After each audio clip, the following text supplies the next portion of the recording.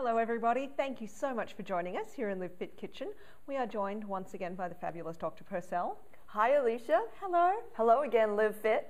So today is quite a day for me. I have never in my life eaten a Brussels sprout. I know they're good for me, but I've never wanted to. But Dr. Purcell tells me that today is my day and I'm going to be trying one. So I can't believe that. I'm shocked. I don't know. Anyway, we'll see how this goes, won't we? We do have what looks like a great recipe, so if I was going to eat a Brussels sprout, I suppose this is what would motivate me. Tell me why I love them so much. This really should be called an anti-cancer dish. We have two kings of the anti-cancer vegetable empire in this recipe. It's called Sautéed Sprouts, but it really should be called Hello, No Cancer. What we have are 2 tablespoons of walnut oil, 10 Brussels sprouts. I call them baby cabbages, and you want to cut the ends off and half them. 3 to 4 leaves of kale, 1/3 cup of water, 1/4 cup of currants, or 2 tablespoons of honey if you don't have any currants in your kitchen, and 1/4 cup of walnuts. Brussels sprouts are amazing little vegetables. And as Alicia gets started cooking here, I'm going to tell you some more about them. So you'll notice, of course, that this is the first time that we have stolen the cooktop from Jason's kitchen here in the studio and actually brought it out into LiveFit Kitchen. So I did pre-prepare the Brussels sprouts. They are blanched only, and I am slowly heating our 2 tablespoons of walnut oil. So I wanted that to heat up while I was getting prepared. So I'll chop and prepare here a little while you tell us. That's good. And we might want to mention, Alicia, what blanching is. So we went ahead and filled the saucepan with some boiling water, and after she prepared the Brussels sprouts, so she had stemmed them and cut them in half, we submerged them in the boiling water for about 3 minutes. And that parboils or partially cooks the Brussels sprouts, and that's really important because these are hard. And as we're sauteing the rest of the ingredients in the recipe, we don't want everything else to get overcooked and the Brussels sprouts to be undercooked. So Brussels sprouts, as I mentioned, are one of the kings of the cruciferous vegetable empire, and cruciferous vegetables are amazing at helping our body detoxify. So half of the studies out there on Brussels sprouts are all about anti-cancer and the anti-cancer properties of them.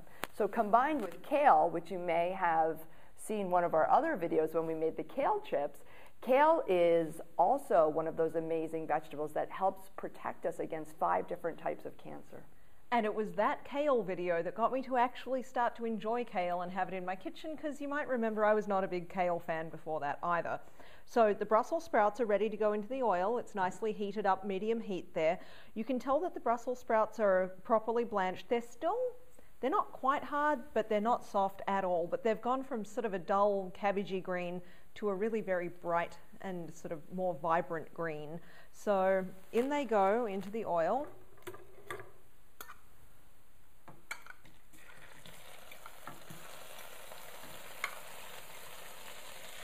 Whew. There's our sizzling sprouts for you. I hope you can hear that. Now, if you overcook your Brussels sprouts, they're going to start to smell a little funny. And that's because they have a sulfur compound in them that starts to be excreted, shall we say, if the Brussels sprouts are overcooked. So this may be why Alicia doesn't like Brussels sprouts, and maybe you don't like them because maybe you had a bad experience with them. They're very high in vitamin A, vitamin C, fiber, and get this, essential fatty acids. So for your vegetarians out there, you don't have to eat salmon to get your essential fats. You can eat Brussels sprouts instead. How are they in these little green monsters? I don't understand. Little baby cabbages packed with nutrients. Our food's amazing. Plant foods are especially amazing. Nature just packs them filled with all kinds of things that are great and help our bodies stay strong and healthy.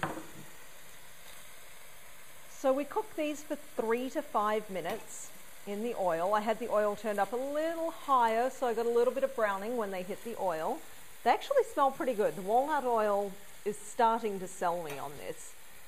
I'm not there yet. The other thing I might want to mention about this recipe is you need to go ahead and brown the walnuts ahead of time. I did. Are you proud of me? I'm very proud of you. Progress. So Before you filled the saucepan with water and blanched the sprouts, it would have been a nice, dry, clean saucepan. You stick the walnuts in there and you toast them. You need to make sure that you keep turning them, or else the walnuts will burn, and then you'll have burnt tasting walnuts. We remember when I did that last time. This time, I did not walk away from the pan. I was right. right there. It took about 3 minutes to get them nicely toasted. And then you remove them from the pan, you set them aside in one of our little serving bowls, and we got back to business here with the Brussels sprouts. Oh yeah, this is a one-pan recipe. That's neat, isn't it? So the other thing I did to the walnuts was chop them up into little bits. Mm-hmm. It's a good idea. Okay, so I think that we're ready. Sautéed. We are ready. Mm-hmm. Okay, so now the kale. Time to put the kale in. So I've chopped the kale just roughly into sort of bite-sized bits. Does everything just go in together? I've forgotten now. Good. Okay, so the kale goes in. And let's just stir that around. I left the thickest part of the stems on the cutting board, just the very bottom bits. Willow will get those later. She loves it. Alicia also left the lid to our saucepan at home. So for those of you watching, at this point in time, you would want to put the lid on your saucepan, or at least partially cover them, so that the steam that's coming up off the oil will help steam the kale and cook it a little bit more quickly. I thought I was so organized. I'm sorry, everybody. Imagine me putting the lid on the saucepan at this point. So it just might take us a little bit longer to cook our kale than it will for you. It's going pretty well. You're right, though. It's not steaming quite how we would want. Now, does the rest of the stuff go in now?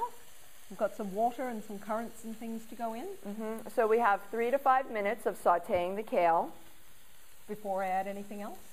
We should add the water at this point. Okay, because the water will help it steam. That's right. Woo, look at that. So it's 1/3 cup of water. And we've got it on a medium heat here, so it really is sizzling away quite nicely. And you may even be able to see that the kale is starting to turn a nice bright green color as well. And soften up quite a bit. Oh, it is pretty. Mm-hmm, mm-hmm. We shall vibrantly green. It is vibrantly green, you're quite right. All right, so as Alicia is tossing that, once that's all complete, we would remove our cover. We'd pour the Brussels sprouts and the kale into a serving dish. And then we're going to toss it with the toasted walnuts and the currants. Sprinkle a little sea salt, toss again, and we're ready to serve. The nice thing about this dish is that the currants, or if you should choose to add honey, adds a little bit of sweetness to really bring many of the flavors alive here. Toasted walnuts, a little sweetness, some delicious vegetables to help you detoxify and protect your cells from oxidative damage. Is it phase 3 if you use honey? Jason just asked whether it was a phase 3 recipe to use honey. Honey or currants would both be phase 3. If you're on phase 1 or 2, what I'd recommend is that 1/3 cup of water that we put in to help steam everything. I would put a little stevia in that. Maybe just 5 or 6 drops, not too much. You don't want it to be sweet, but you could give it that little sweetness if you're on phase 1 or 2 there. Okay, so I'm going to toss it in the saucepan. Most of that water has boiled off, and our kale is indeed cooked, and our Brussels sprouts are tender. Sprouts. They are tender.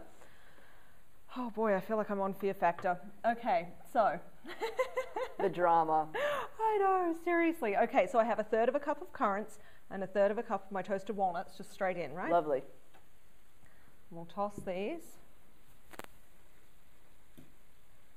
Oh, that really did quite a lot for the look of it, didn't it? Mm-hmm. Isn't that pretty? It's very nice. It's a wonderful side dish, very nutritious, and very satisfying. Well, yeah, cabbagey things tend to be quite filling, so. All right, LiveFit. It's almost Okay. ready for Alicia to try her first Brussels sprout. So I tossed it. Now I add a little sea salt.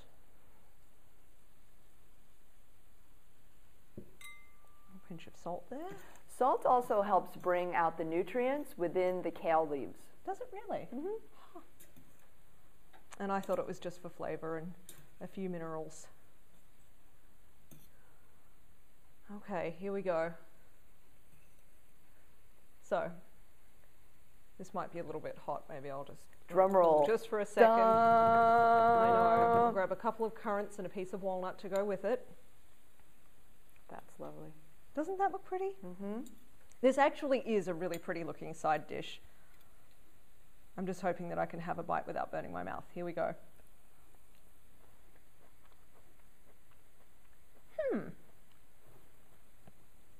I would actually eat more of that. See? I'm really surprised. The walnuts and the currants are really good.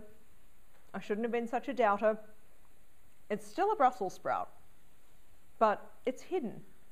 Yeah. There's a little bit more baby cabbage in that serving plate. There is. Why don't I have the rest of it? It's actually pretty good. If you've never liked Brussels sprouts, this is me eating my first one and being really surprised by actually enjoying it. Thank you for joining us. Go ahead and give it a try.